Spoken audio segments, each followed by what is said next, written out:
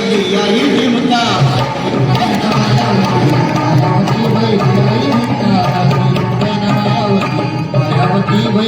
काही गोष्ट नाही बघा तुम्हाला एकदा दोन्ही हातवर करून टाळ्या बघा कुठेही वाजवा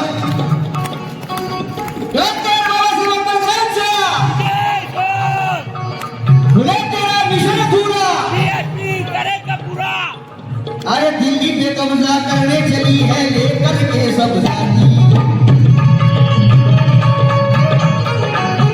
ओहो दिल्ली पे कब्जा करने चली है लेकर के सब साथी दोनों हाथ ऊपर करके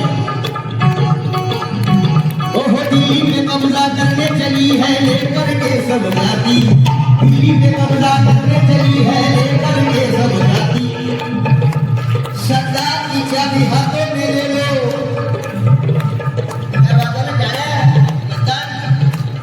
दिल्ली पे कब्जा करने चली है लेकर के सब जाति सत्ता की चाबी हाथों में ले लो मिला तो बिछड़े साथी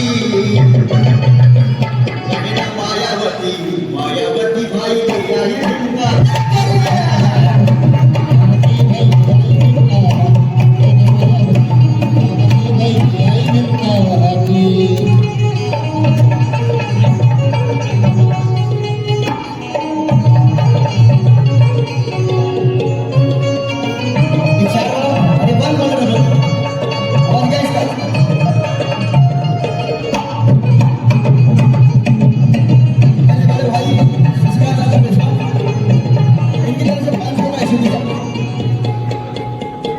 हॅलो अरे असं काऊन करतो बाबा कार्यक्रम लागून नाही मोठ्या मोठा आवाजच नाही करत आता चांगला आवाजाला बंद करून टाकला आवाज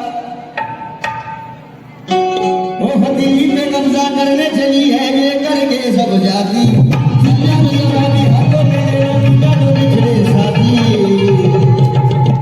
बहना मायावती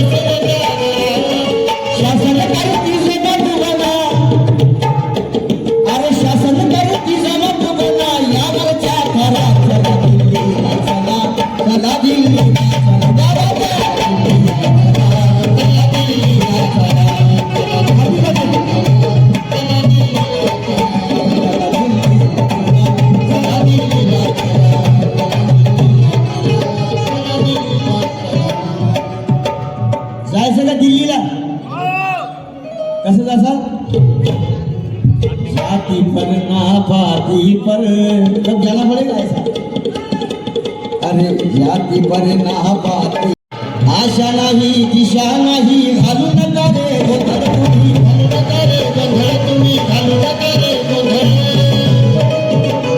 अन बहुजनाच दिल्लीवरती जाऊ द्या रे वादळ तुमचं जाऊ द्या रे आशा नाही दिशा नाही घालू नका रे गोंधळ बहुजनाच्या दिल्लीवरती जाऊ द्या रे वादळ अरे सारी कोणी केली कमोरी ढोल कामाला वगत काळी आणि सारी महामान बाबा अरे लाडकी द्याची गाडी घेऊन त्यांच्याही दारात चला चला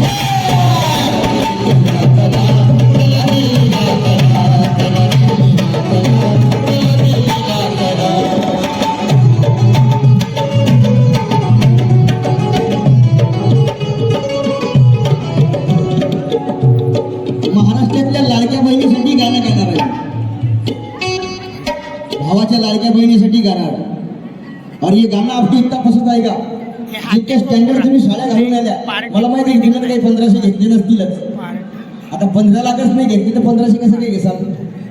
ज्याला घेतले असतील आता ते तुमच्या नवऱ्याच्या खिशातून वापस गायब चालले तिकडे जेव्हा हो घेऊन आला वो भी गाणं आपली गाऊंगा. खिलाय जाने घात तुम्ही सोडा त्यांची साथ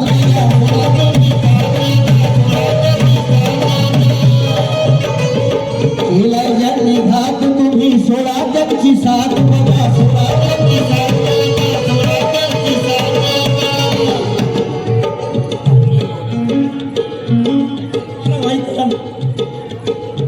करण मारायचं माहीत करण मारतोय करण म्हणलं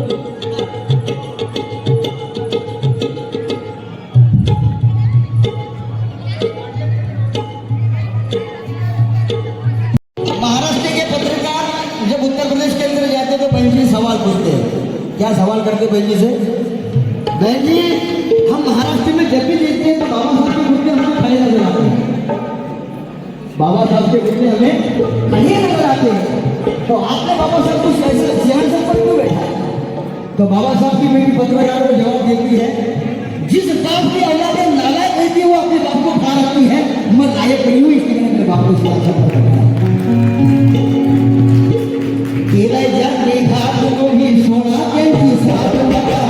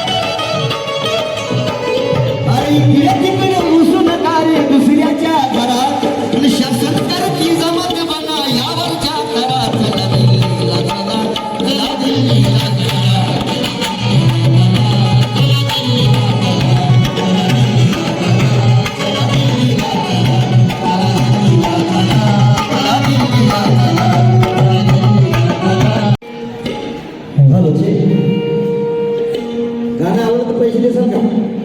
एकदा टाळ्या वाजवा.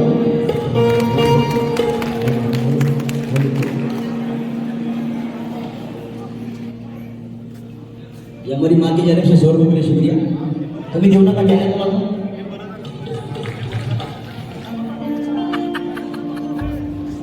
अवला का भाऊ को कट बुडली हाय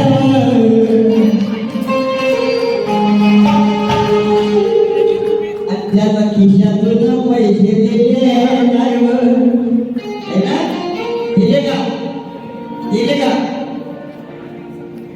लाडका भाऊ को कटोरी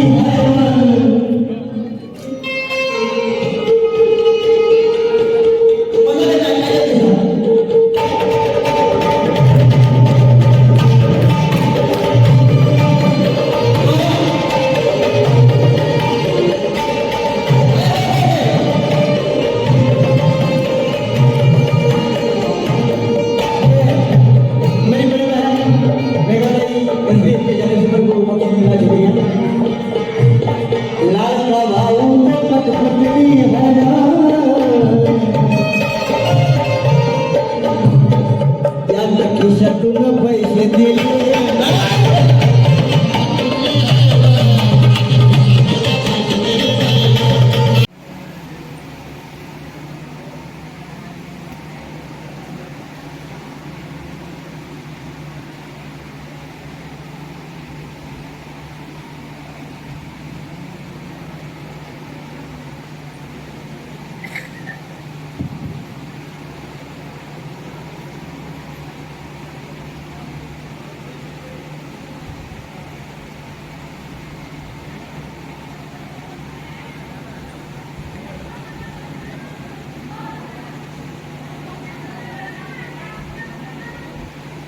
बहुजन समाज पार्टीचा विजय तो है जिंदाबाद जिंदाबाद.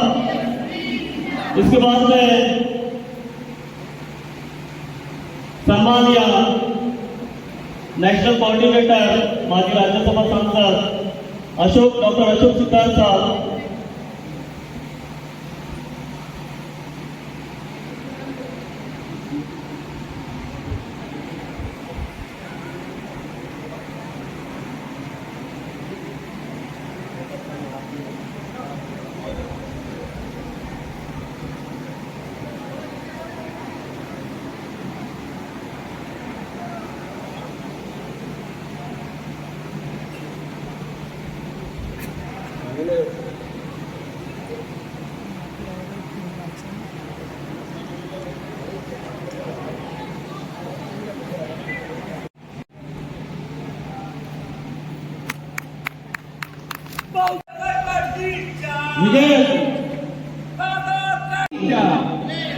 बहुजन समाज पार्टीच्या बहुजन समाज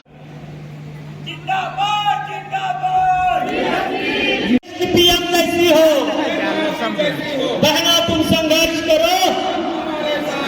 डॉक्टर अशोक सिद्धार्थ साहब।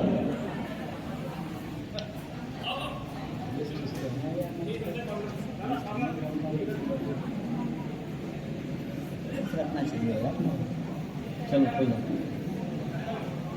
छोड़ो। सम्मानित साथियों, बड़ी संख्या में उपस्थित हमारी माताओं और बहनों, बहुजन समाज पार्टी की राष्ट्रीय अध्यक्ष और आबादी के हिसाब से इस देश के सबसे बड़े सूबे उत्तर प्रदेश की 4 बार लोकप्रिय, न्यायप्रिय, जनप्रिय मुख्यमंत्री रही। उनके 69वें जन्म दिवस के अवसर पर अपने विचार व्यक्त करने से पहले मैं बहुजन समाज में जन्मे संतों, गुरुओं, महापुरुषों में विशेष रूप से भारत में सामाजिक क्रांति के पितामह, शिक्षा की ज्योत जलाने वाले महात्मा ज्योतिबा फुले, बहुजनों के आदर्श और भारत में आरक्षण के जनक कुंभी राजा राजऋषि छत्रपति साहू जी महाराज, सही मायने में शोषितों की लड़ाई को पूरे भारतवर्ष में कामयाब बनाने वाले भारतीय संविधान के निर्माता विश्व रत्न पूज्य सत्य बाबा साहब भीमराव अम्बेडकर जी, और उनके बाद उनके इस कारवा को भारत की बदली हुई परिस्थितियों में एक नई दिशा देने वाले भामसेव PS4 और बहुजन समाज पार्टी के संस्थापक, इस सदी के महानायक मानव श्री कांशीराम साहब के चरणों में श्रद्धा सुमन अर्पित करते हुए मैं बहुजन समाज पार्टी की राष्ट्रीय अध्यक्ष, आबादी के हिसाब से इस देश के सबसे बड़े सूबे उत्तर प्रदेश के 4 बार मुख्यमंत्री रहे, संसद की शेरनी आयरन लेडी परम आदरणीय बहन कुमारी मायावती जी को अपना आदर्श और प्रेरणा स्रोत मानते हुए उन्हें अपने हृदय की गहराइयों से कोट कोट आभार व्यक्त करता हूं कि उन्होंने मुझ जैसे एक साधारण से कार्यकर्ता को न सिर्फ उत्तर प्रदेश के उच्च सदन में भेजने का काम किया, बल्कि देश के सर्वोच्च सदन राज्यसभा में बोलने और बैठने का अवसर प्रदान किया। मंच पे मंचासीन हमारे भिक्षु और भिक्षुगण,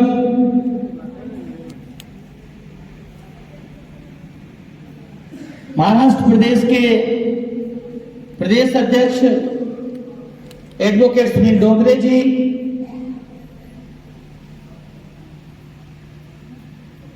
इस क्षेत्र को देख रहे प्रदेश के महासचिव डॉक्टर मोहन रायकवार जी, महासचिव नागेराव जयकर जी, प्रदेश महासचिव संजय जी और कार्यक्रम का संचालन कर रहे जिला अध्यक्ष योगेश लांजेवार जी, मंचासीन हमारे तमाम अन्य उपस्थित बहुजन समाज पार्टी के कार्यकर्ता पदाधिकारीगण, मैं आप सबका अपने हृदय की गहराइयों से हार्दिक स्वागत, अभिनंदन और वंदन करता हूं और अपने हृदय की गहराइयों से आपको और पूरे विश्व में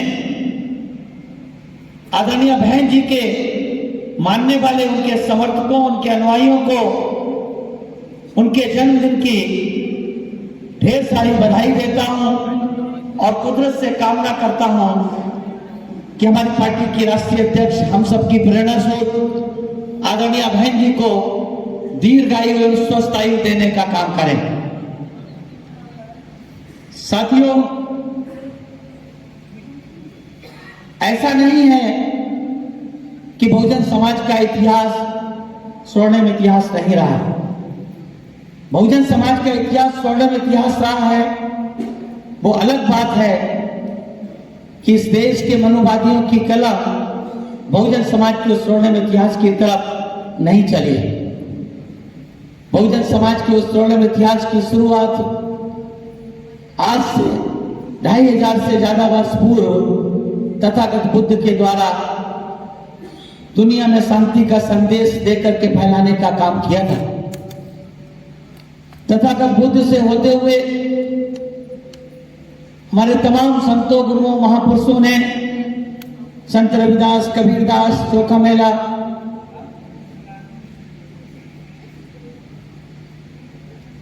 घासीदास जी और सबसे ज्यादा अगर क्रांतिकारी परिवर्तन आधुनिक भारत में लाने का काम किया है तो साथियों महात्मा ज्योतिबा फुले, माता सावित्रीबाई फुले, बहन फातिमा शेख और उनके बाद छत्रपति साहू जी महाराज।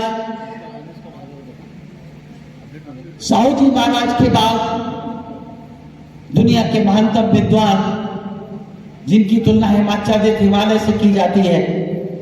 कहते हैं कि दुनिया में हिमाच्छादित पर्वत बहुत से हैं, लेकिन हिमाच्छादित हिमालय जैसा दूसरा पर्वत नहीं है। ऐसे ही दुनिया में विद्वान तो बहुत हुए हैं, लेकिन हमारे मसीहा बाबा साहब डॉक्टर भीमराव अंबेडकर के जैसा दूसरा विद्वान इस धरती पर पैदा नहीं हुआ।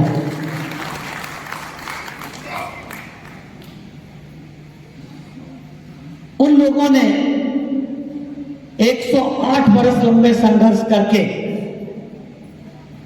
108 वर्ष लंबा संघर्ष करके हमको दुनिया का महानतम संविधान देने का काम किया। और उस महानतम संविधान में बाबा साहब डॉक्टर भीमराव अंबेडकर ने भारत में रहने वाले सभी जात, वर्ग, मजहब के लोगों को बराबरी का हक देने का काम किया।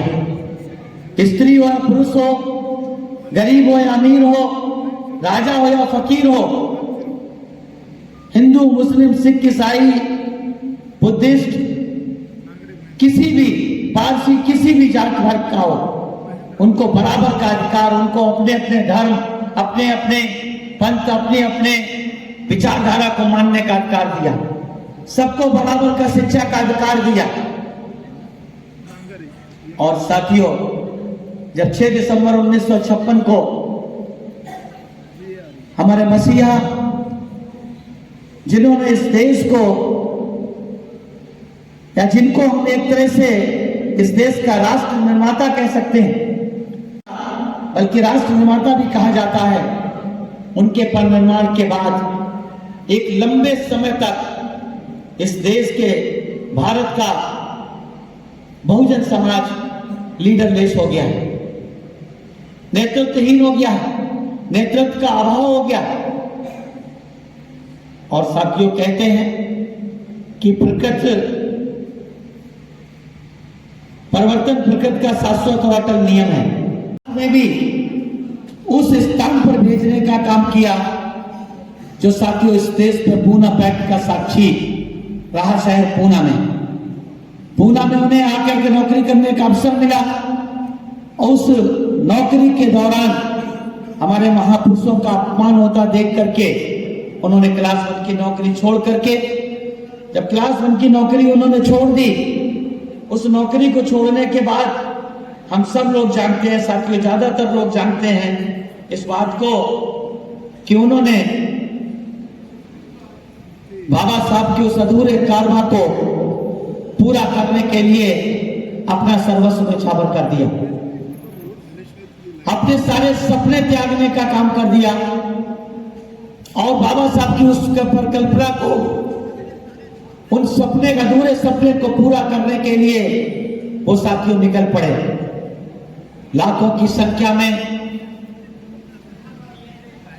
सेमिनार, सिंपोजियम, कैडर कैंप लेकर के उन लोगों को जगाने का काम किया। उन महापुरुषों के 108 वर्ष लंबे संघर्ष को जन जन तक पहुंचाने का काम किया। फुले साहू अम्बेडकर की विचारधारा को न सिर्फ महाराष्ट्र की धरती पर बल्कि भारत के कोने कोने में पहुंचाने का काम इस सदी के महानायक मानव श्री कांशीराम साहब ने किया। और उन्होंने इस बात को महसूस किया, था कि बाबा साहब के परिनिर्वाण के बाद ये कारवां क्यों रुक गया साथियों? क्योंकि ये कारवां इसलिए रुक गया था, बाबा साहब अपने जीते जी ये समाज लीडरलेस होने का कारण ऐसा नहीं था कि बाबा साहब मानव श्री कांशीराम साहब एक वैज्ञानिक की तरह उभरे और उन्होंने ये सोचा कि बाबा साहब फुले साहू अम्बेडकर की विचारधारा का आंदोलन एक पवित्र आंदोलन था और एक पवित्र आंदोलन बाबा साहब के परिनिर्वाण के चंद वर्षों के भीतर जमींदोज हो गया। यहां तक कि बाबा साहब की जन्मभूमि, बाबा साहब की कर्मभूमि महाराष्ट्र में ही वो आंदोलन साथियों एकदम जमींदोज हो गया बाबा साहब के परिनिर्वाण के चंद वर्षों के अंदर। और इसी कारण उन्होंने, हमारे साथी जो अभी कह रहे थे कि मानव कांशीराम साहब ने हो सकत नहीं की जगह हो सकत है का नारा देने का काम किया। और उन्होंने महाराष्ट्र में जो उनकी कर्मभूमि थी, उस कर्मभूमि से गंगा यमुना की धरती पर जाकर के बाबा फुले साहू अम्बेडकर की विचारधारा को जन जन तक पहुंचाने का काम किया और बाबा साहब के उस सपने को साकार करने का काम किया, जिस सपने में बाबा साहब ने कहा था, जिस सपने को साकार करने के लिए बाबा साहब ने कहा था कि एक ना एक दिन हमारे लोग इस वोट की ताकत को समझेंगे और वो इस देश के हुक्मरान समाज बनेंगे। क्योंकि बाबा साहब ने वोट की ताकत के बारे में हमारे लोगों को, हमारे पूर्वजों को बताने का काम किया था कि अगर हम अपने वोट को लुटने और बिकने से बचा लें, हम ठीक उस तरीके से जिस तरह से हम अपनी बहन बेटी की इज्जत और आबरू को लुटने और बिकने से बचाने का काम करते हैं, अगर वैसे ही हम अपने वोट को लुटने और बिकने से बचाने का काम कर लें तो हम इस देश के हुक्मरान समाज बनेंगे। मानव श्री कांशीराम साहब ने बाबा साहब की उस विचारधारा को, जो बाबा साहब ने कहा था कि हमारे पढ़े लिखे लोगों ने धोखा दिया है, उन पढ़े लिखे लोगों को मानव कांशीराम साहब ने तैयार करने का काम किया और उनके माध्यम से भारत में गैर राजनीतिक जड़ों को मजबूत करके, वामसेव के माध्यम से गैर राजनीतिक जड़ों को मजबूत करके लोगों में चेतना पैदा करने का काम किया। और वामसेव डीएस फोर्स से होते हुए जब 14 अप्रैल 1984 को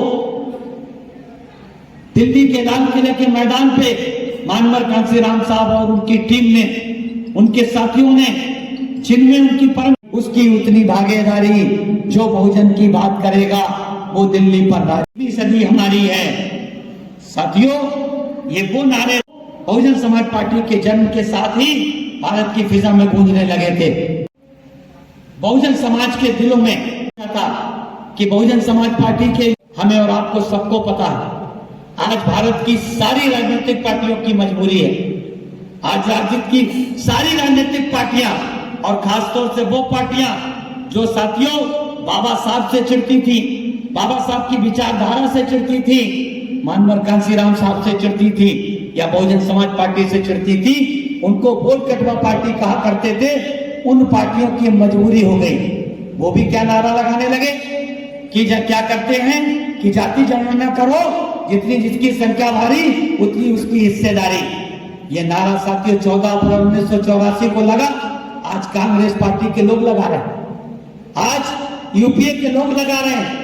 कल्पना कीजिए साथियों, परिवर्तन का किस दौर है। जिन लोगों के कमर में झाड़ू, गर्दन वाली लोग पैर छूने का काम इस देश में साथियों कर रहे हैं। ये साथियों जो सामाजिक परिवर्तन, आर्थिक मुक्ति का जो आंदोलन तथागत बुद्ध के समय से अगर स्टार्ट माना जाए साथियों, वो आंदोलन आज साथियों सामाजिक परिवर्तन के साथ साथ आर्थिक मुक्ति के रास्ते पर चल पड़ा।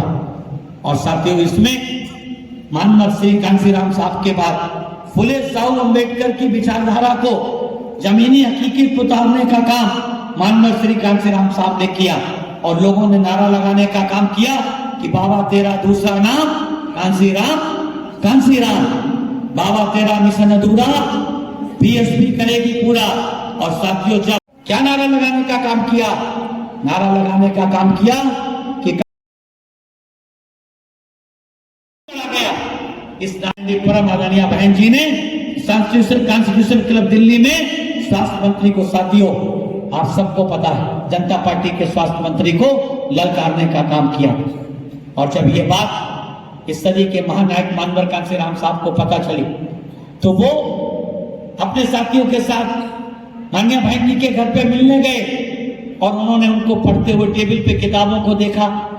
मिलते समय उन्होंने देखने का पूछा कि भाई आप क्या कर रही हैं? तो उन्होंने कहा कि मैं सरकारी स्कूल टीचर हूं और आईएएस की तैयारी कर रही हूं। साहब ने पूछा कि आईएएस बनकर के क्या करेंगी? तो उन्होंने कहा आईएएस बनकर के हम समाज की सेवा करने का काम करेंगे। मानवर कांसीराम साहब ने उनको बताने का काम किया कि सही माने में तो आईएएस भी समाज की सच्ची सेवा नहीं कर सकता है। और इसका एक उदाहरण मैं आपको बताना चाहता हूं, कांसीराम साहब की जो वाली, जो कांसीराम साहब कहते थे जब बहुजन समाज पार्टी की दूसरी बार सरकार बनी, 1997 में बहन जी मुख्यमंत्री दूसरी बार बनी, तो साथियों उत्तर प्रदेश के तमाम अपर लोगों को उत्तर प्रदेश में सस्पेंड करने का काम किया। उन्होंने नरसिम्हा राव जी से कहा, नरसिम्हा राव जी उस समय प्रधानमंत्री बन चुके थे, तो उन्होंने कहा कि ठीक है मैं कांसीराम जी से बात करूंगा। उन्होंने साहब से बात की और कहा कि भाई साहब कांसीराम जी हमारे लोग इधर आए थे और वो कह रहे थे कि भाई हमारा भी ध्यान रखा जाए। साहब ने कहा कि जरूर उनका ध्यान रखा जाएगा, लेकिन पहले उनका ध्यान रखा जाएगा जिनका सदियों से ध्यान नहीं रखा गया। और ये क्यों कहा था? क्योंकि साथियों हम लोग अच्छी तरीके से जानते हैं कि बहुजन समाज पार्टी बनने से पहले, बहुजन समाज पार्टी बनने से पहले जो एससी एसटी और ओबीसी के आईएएस आईपीएस अफसर बनते थे उनको कैसी पोस्टिंग मिलती थी? उनको साइड की पोस्टिंग मिलती थी। लेकिन मैं मान्या बहन जी के नेतृत्व काल में जब उत्तर प्रदेश में दूसरी बार सरकार बनी थी तो मानवर श्री कांसीराम साहब ने सारे एससी एसटी के आईएएस अफसरों को बुलाने का काम किया और ये कहा कि भाई एक बात बताओ, इतने वर्षों के पट्टे पड़े हैं, इनको कब्जा क्यों नहीं दिलाया गया? तो ये कहा कि साहब सिविल सर्वेंट एक अपने मालिक के इशारे को समझने का काम करता है। अभी तक हमारे मालिकों का इशारा नहीं था, इसलिए हमने नहीं किया। अब हमें आपका इशारा समझ में आ गया है, हम फटाफट करने का काम करेंगे।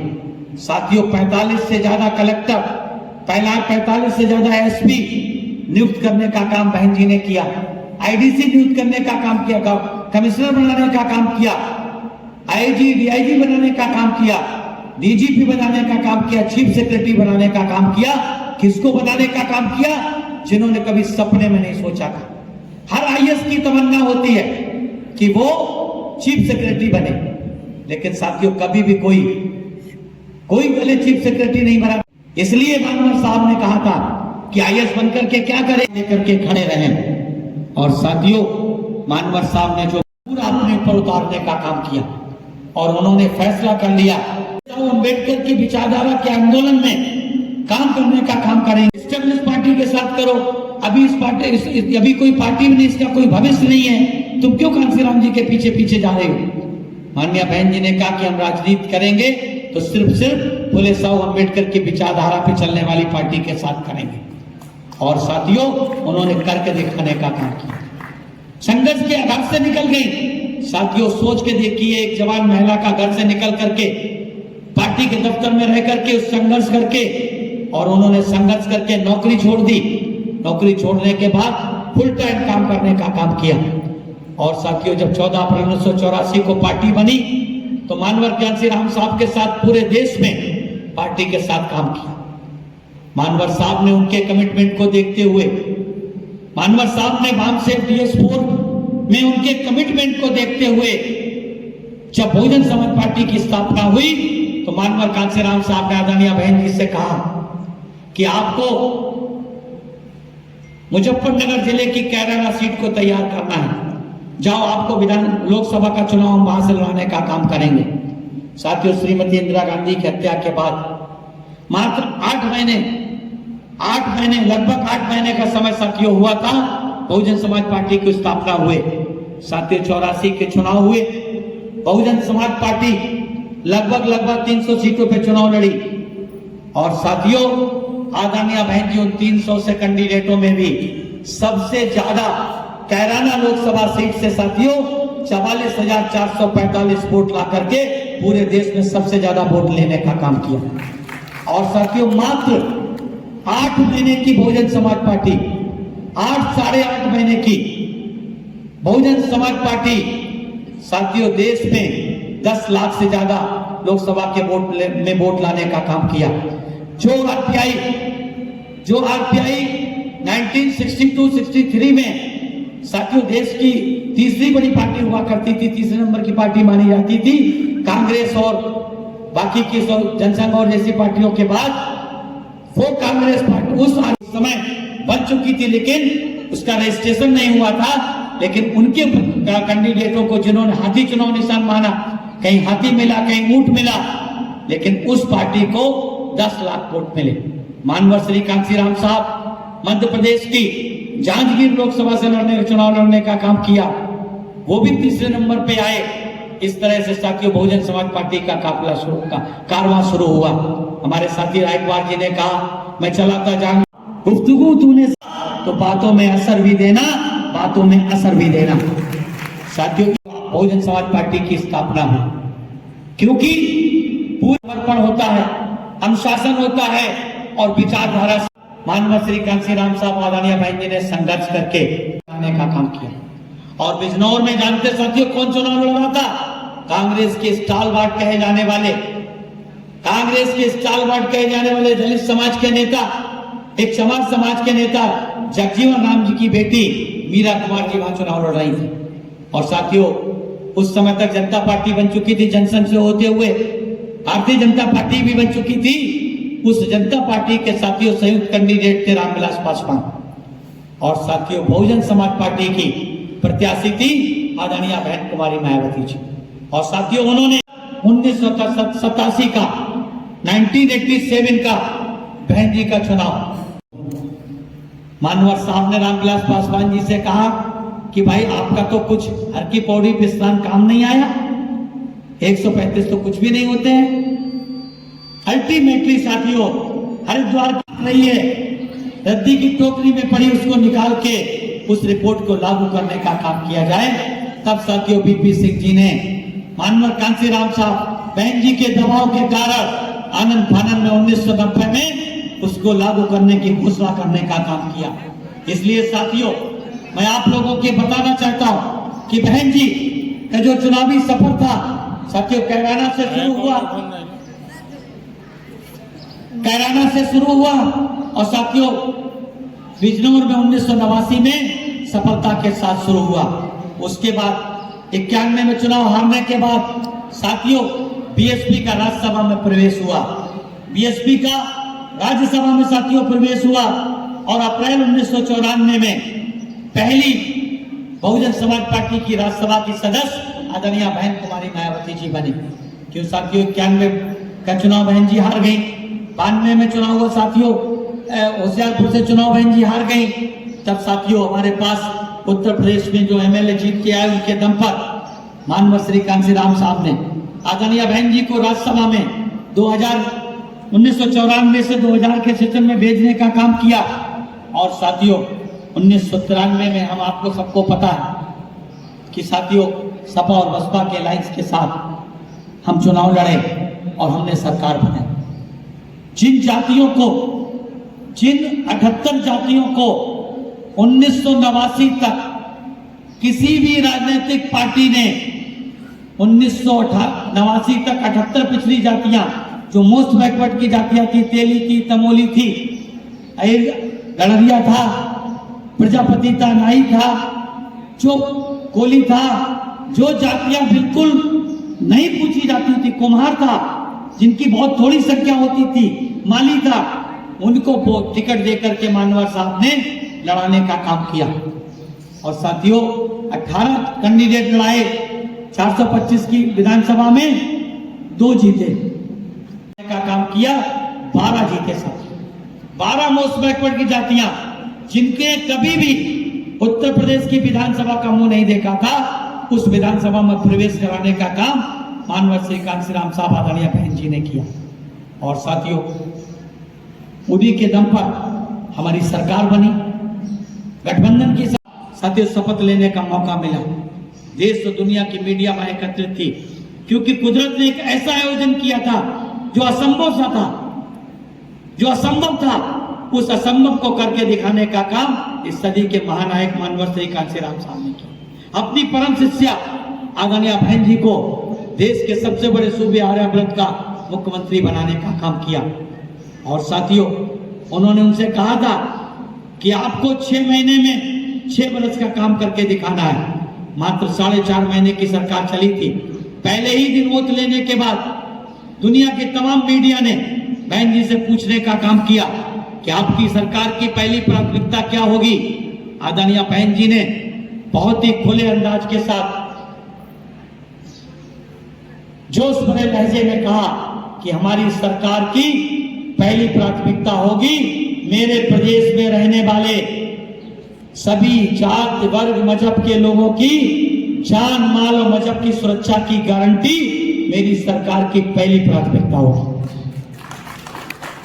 3 जून 1995 को जो वादा, आज तो साथियों कांग्रेस अपने झूठे वादों के बारे में मशहूर थी, उनको पराजित करने का काम झूठे वादे बोल बोल के भारतीय जनता पार्टी के प्रधानमंत्री श्री नरेंद्र मोदी जी ने किया।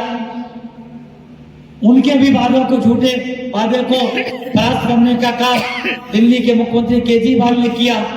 लेकिन साथियों संसद की शेरनी आयरन लेडी परम आदरणीय बहन जी ने 3 जून 1995 को जो देश के सबसे बड़े सूबे की आवाम को ये वादा करने का काम किया कि मेरी सरकार की पहली प्राथमिकता होगी मेरे प्रदेश में रहने वाले सभी जात। उस वादे को उन्होंने अपनी चारों सरकारों में, सबके मुख्यमंत्री काल में साथियों सांप्रदायिक दंगे हुए, लेकिन साथियों आदरणीय बहन जी की चारों बार की सरकार में एक भी सांप्रदायिक दंगा नहीं हुआ। इतिहास इस बात का साक्षी है साथियों। ये है साथियों विल पावर की ताकत, इच्छा शक्ति की ताकत। और वो इच्छा शक्ति किसमें थी?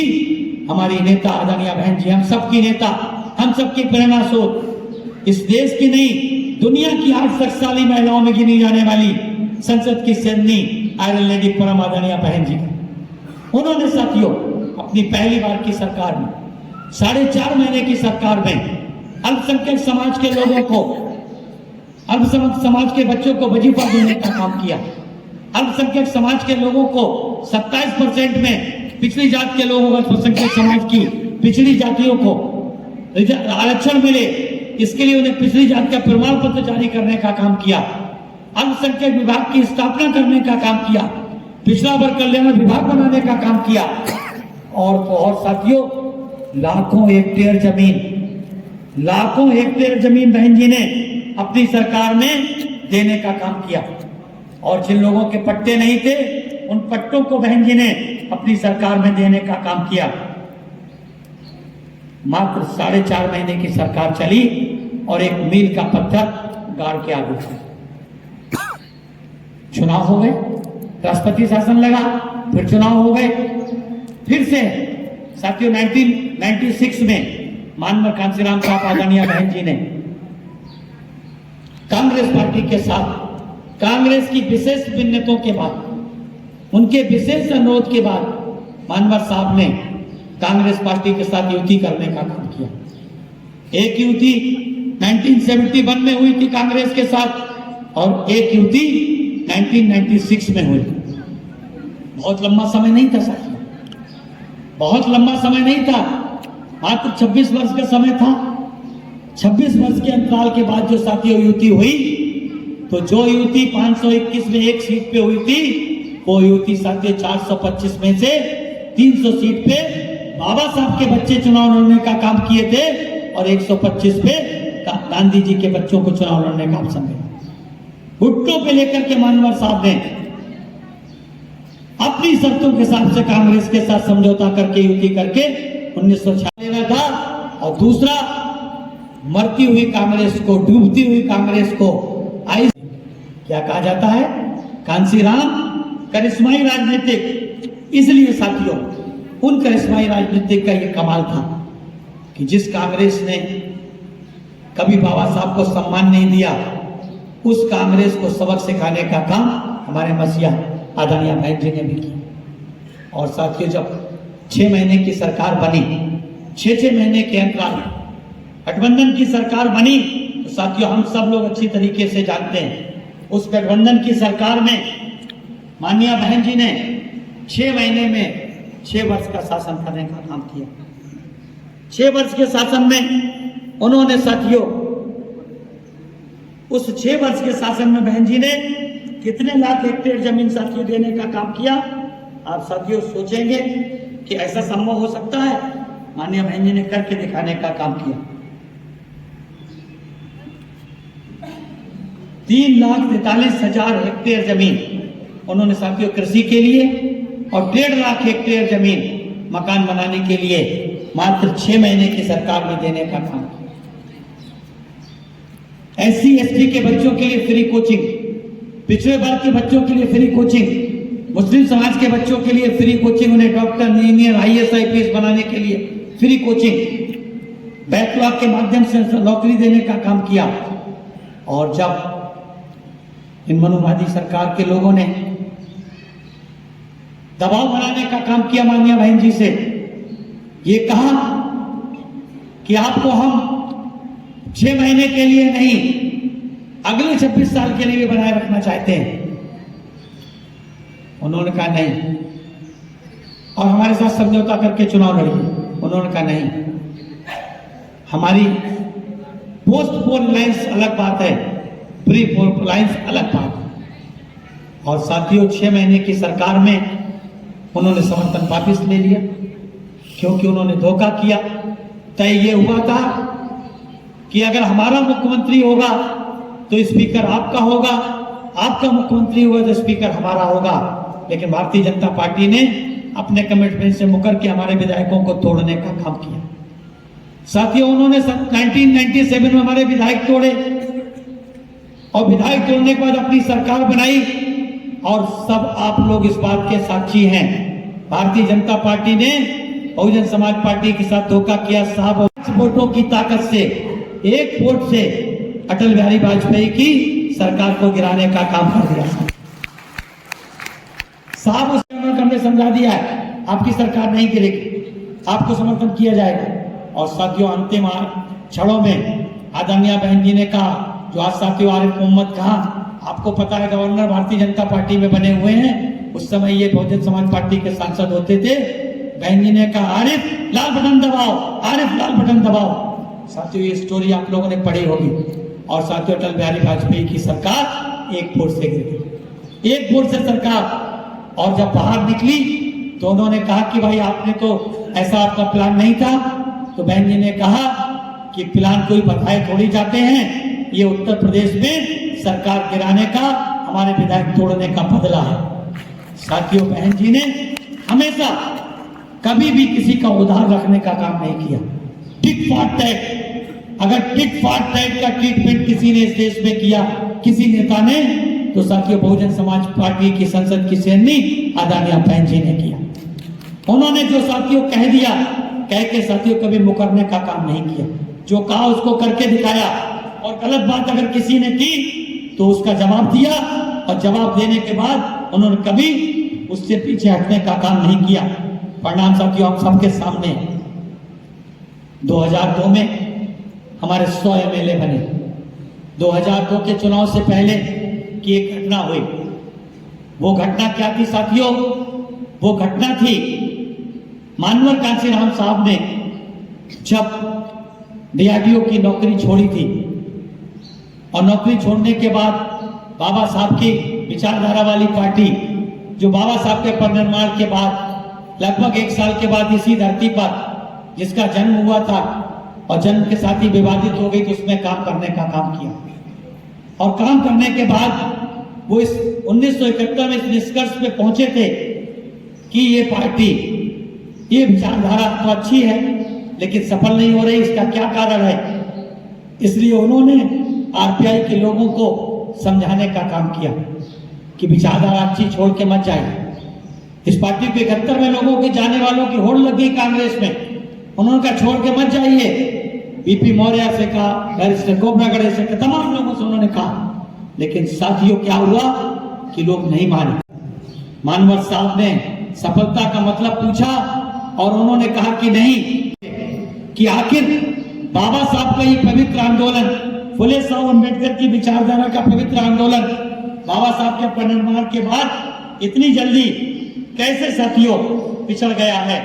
इसलिए उन्होंने क्या कहा, उन्होंने उस पर विचार किया कि एक तो नॉन पॉलिटिकल रूट्स मजबूत नहीं थी, दूसरा बाबा साहब अपने जीते जी अपना कोई भी उत्तराधिकारी घोषित करके नहीं गए, या उन्होंने उत्तराधिकारी बनाने का काम नहीं किया। इसलिए मानवर श्री कांशीराम साहब ने बाबा साहब के असमय परिनिर्वाण के बाद लीडरलेस हुए बहुजन समाज के उस संघर्ष को ध्यान में रखते हुए उन्होंने अपने जीते जी अपनी परम शिष्या आदरणीय बहन कुमारी मायावती जी को, हम सब लोग अच्छी तरीके से जानते हैं साथियों, 15 दिसंबर 2001 को लखनऊ के लक्ष्मण झूला मैदान जो गोमती के किनारे होता था, उस में बहन जी को उन्होंने अपना एकमात्र उत्तराधिकारी घोषित करने का काम किया। क्यों घोषित करने का काम किया? क्योंकि वो जानते थे कि जिंदगी का कोई भरोसा नहीं होता है। अगर हमें कुछ हो गया तो इस मूवमेंट को एक बार नेतृत्व दबाव का फिर भी झेलना पड़ेगा। इसलिए उन्होंने अपना उत्तराधिकारी घोषित करने का काम उन्होंने 15 दिसंबर 2001 को किया।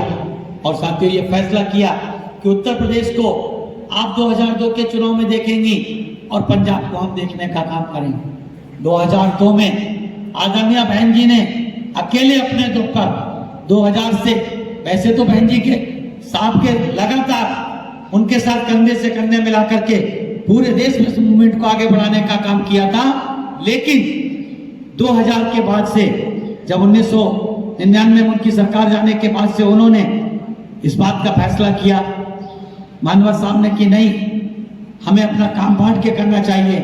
तो जब उन्होंने उत्तर प्रदेश की जिम्मेदारी बहन जी को दी, तो 2002 में बहन जी ने सामाजिक भाईचारा के दम पर आपस में भाईचारा बना करके लोगों को तैयार करने का काम किया, और अकेले अपने दम पर, न कांग्रेस से गठबंधन, न समाजवादी पार्टी से गठबंधन, अकेले अपने दम पर चुनाव लड़ करके 2002 में बहन जी ने सेंचुरी मारने का काम किया।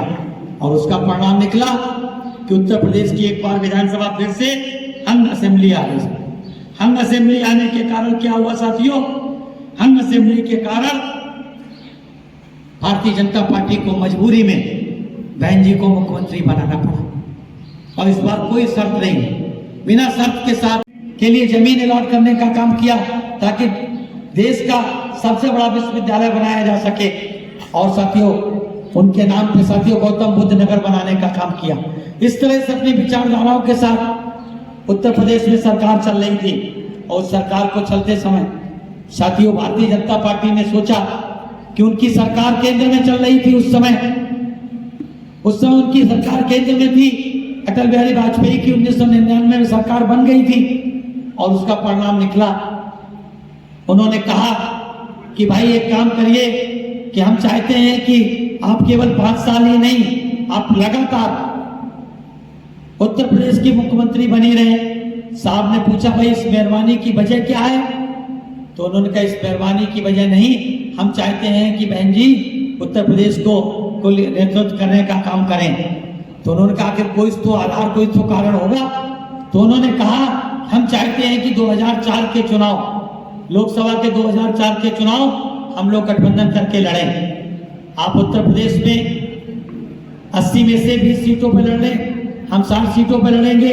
उत्तर प्रदेश के बाहर आपका कुछ है नहीं, तो अब आप हमको समर्थन कर दें। मानवर साहब और बहन जी ने कहा कि ऐसा नहीं हो सकता, हम पोस्ट पोल अलायंस तो आपके साथ कर सकते हैं, प्री पोल अलायंस इस विचारधारा के साथ नहीं कर सकते हैं। तो उन्होंने कहा कि अगर आप समझौता नहीं करेंगे तो हम आपकी सरकार गिरा देंगे। बहन जी ने कहा कि कल गिराते हो तो अभी गिरा दें, हम अभी जाकर के इस्तीफा देने का काम करेंगे। उन्होंने कहा हम आपके विरोधी मुलायम सिंह की सरकार बनवा देंगे। उन्होंने कहा आप मुलायम सिंह की बना दीजिए चाहे लाल सिंह की बना दीजिए, मुझे कोई फर्क पड़ने वाला नहीं है। और साथियों आदरणीय बहन जी ने आकर के एक राष्ट्रीय मीटिंग बुलाने का काम किया अम्बेडकर पार्क में। साथियों जो आज कांसीराम स्मारक के नाम पे बना हुआ है, इको गार्डन बना हुआ है और बड़ा सा बाबा मानवर साहब की प्रतिमा उसमें लगी हुई है। उसमें लाखों की संख्या के लोगों के बीच में बहन जी ने उस सरकार को छोड़ने का फैसला किया। साथियों आ रही थी कि उन्हें कोई खौफ था, उन्होंने कुर्सी इसलिए छोड़ी थी कि उन्हें विचारधारा के साथ समझौता नहीं करना था।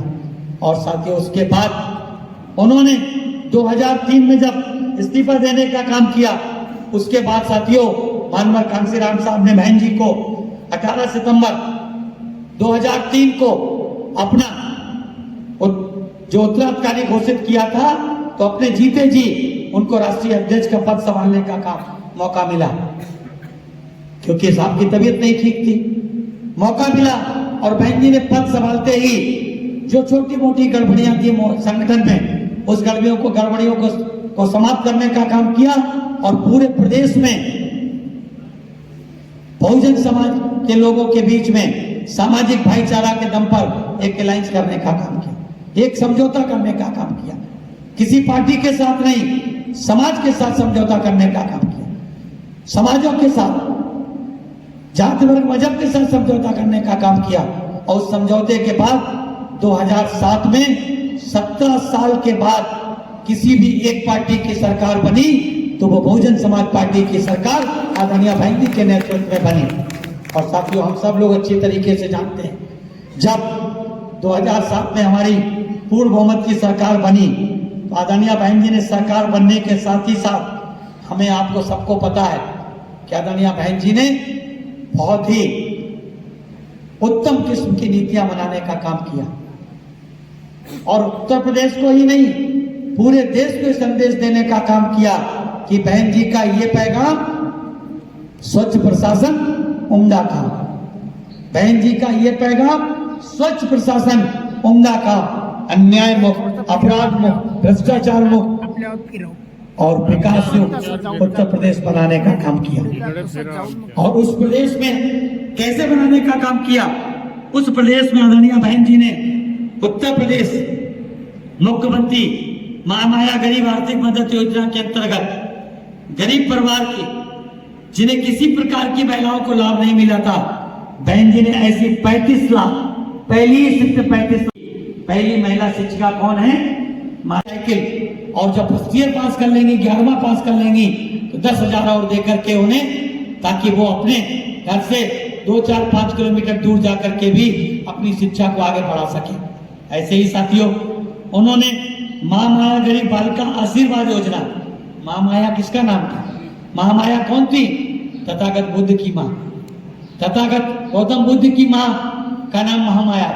महामाया जी के नाम से उन्होंने योजना बनाने का काम किया।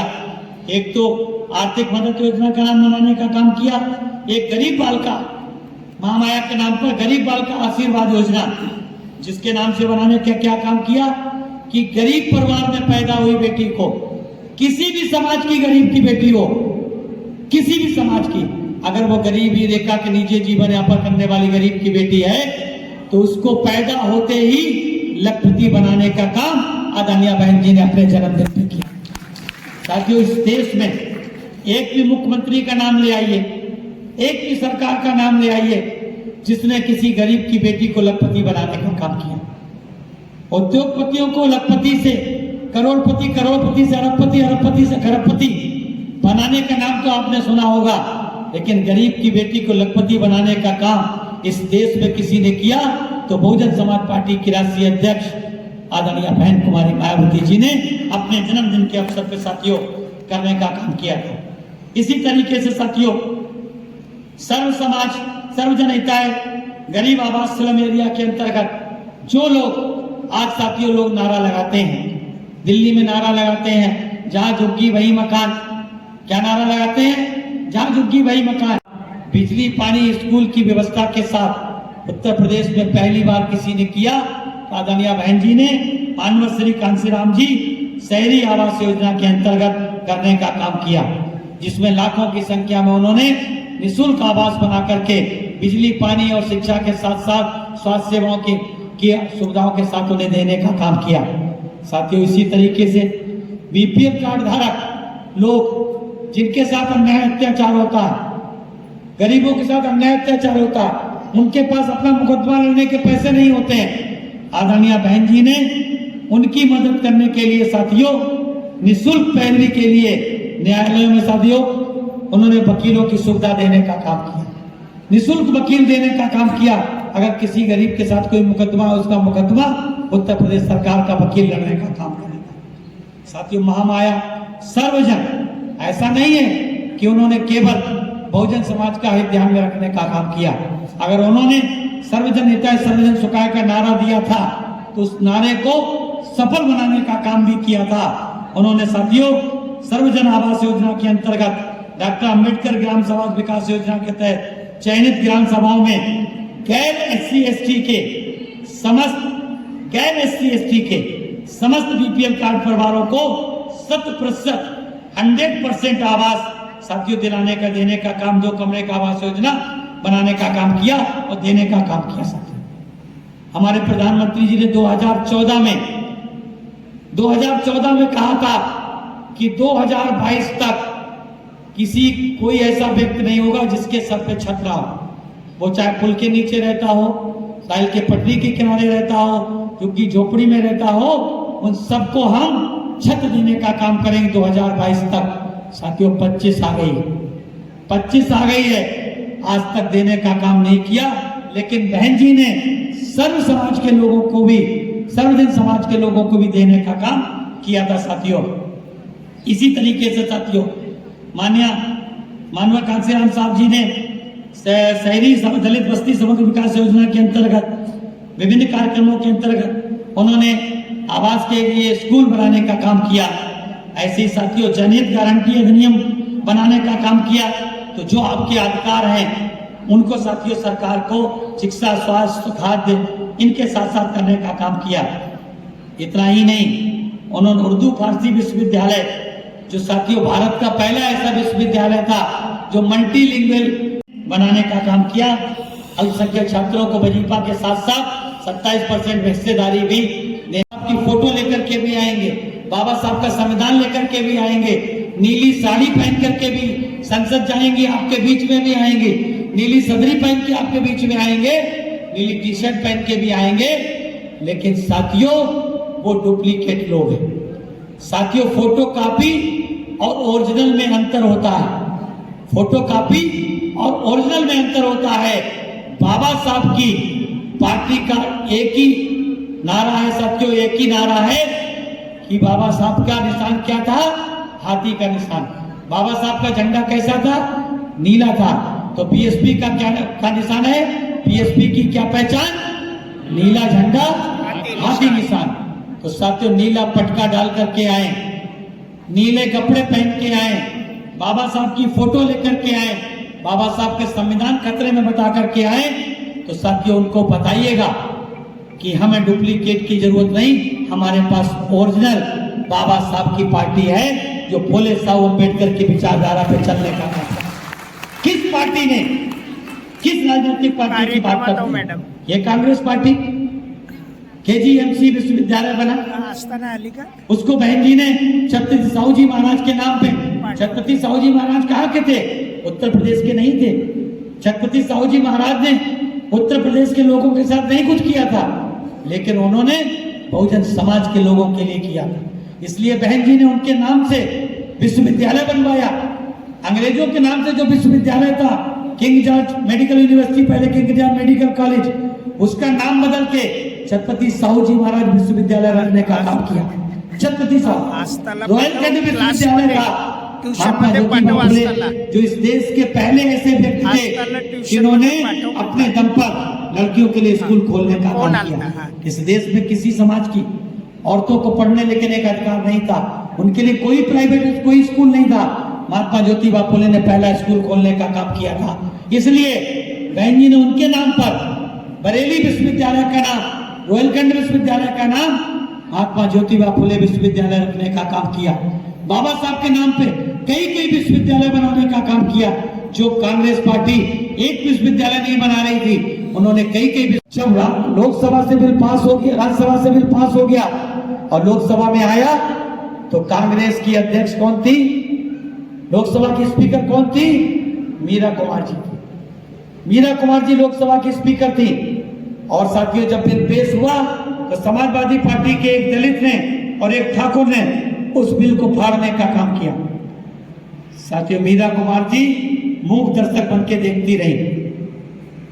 जिन दलितों को प्रमोशन में रिजर्वेशन मिलता, जूनियर इंजीनियर सीधा एक्सीन बन जाता, लेकिन मीरा कुमार जी वहां मूक दर्शक बैठे बन करके बैठी नहीं, उनके साथ कोई कार्रवाई नहीं की।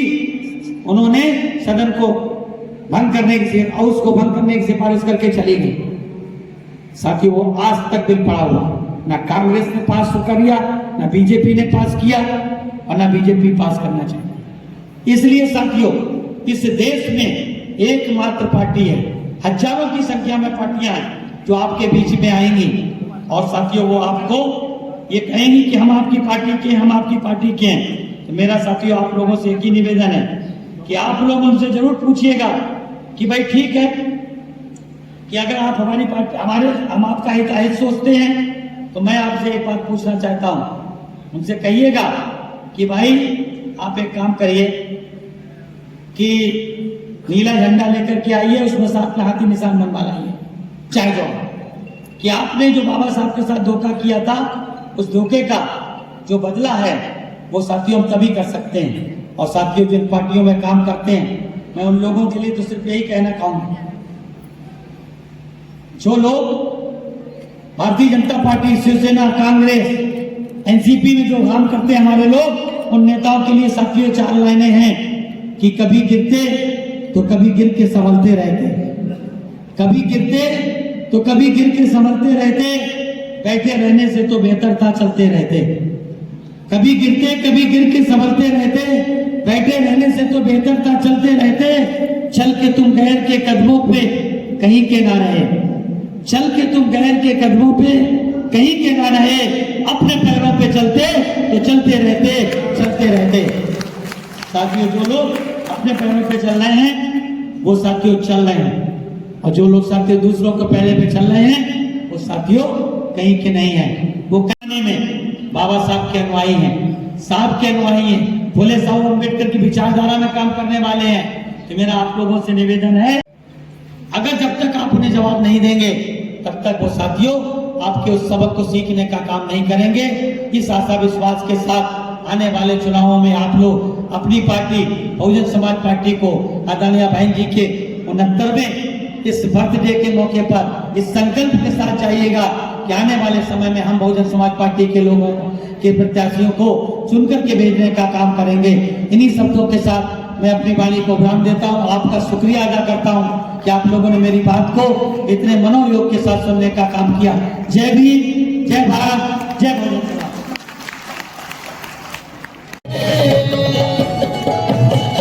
अरे ले लो हुकूमत हाथों में अपने, अरे चाबी है ये सब तालों की, अरे चाबी है ये सब दुनिया ये देखेगी, ताकत ये डीएसपी वालों